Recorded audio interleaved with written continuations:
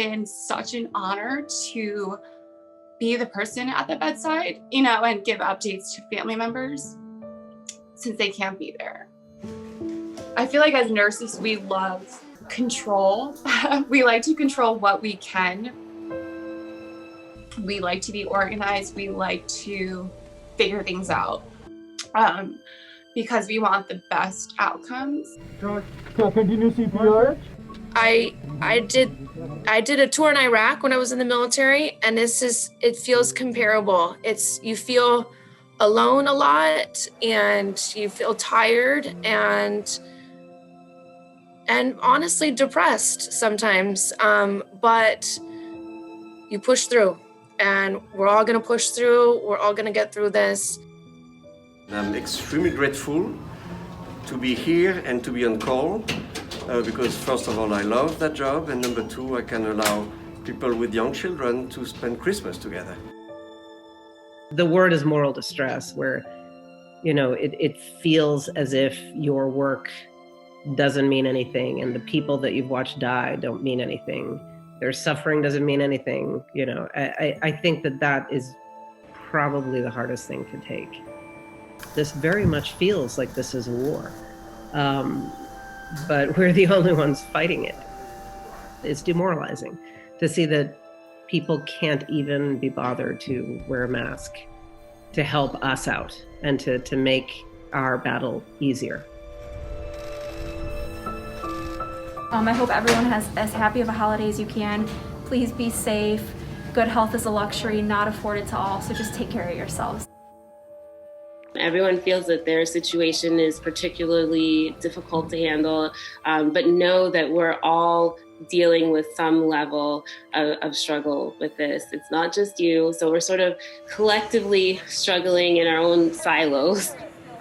My one wish for this season would be that we take a step back and we try to approach this problem by recognizing that we're only going to get through this okay if we abandon selfishness. You know, if we think about each other and think about who might get sick, think about who might be overwhelmed with working in the hospital, think of all the businesses that have had to shut down and that's hurt their paycheck.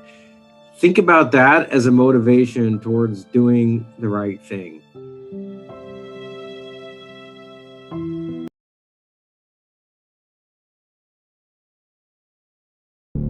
He was obviously emotionally distraught and shook up by what he was seeing. He told me that he was going to go watch it on television on the trading floor, and that he loved me and that he wanted me to know that he was okay and not to worry. And so we said our I love yous and got off the phone, and like 3 minutes later, I saw his building explode right where he had sat moments before talking to me on the phone. My brain sort of just split, and I've never really looked at the world the same way again. He had one of the firemen from Rescue 1 look up and say, "We may not live through today." And we thought about it, and we acknowledged his statement, and we took the time to shake each other's hands and wish each other good luck.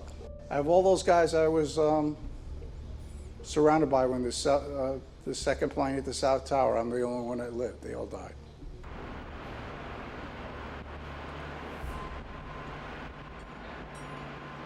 It was weird. It sounded like he was like he didn't want to upset me. So he said, "We're all in the room, we have plenty of air, like, don't worry." He meant everything to us as a dad, as a husband, as a friend, coach, role model. And that feeling that we're never going to see him again, that was tough.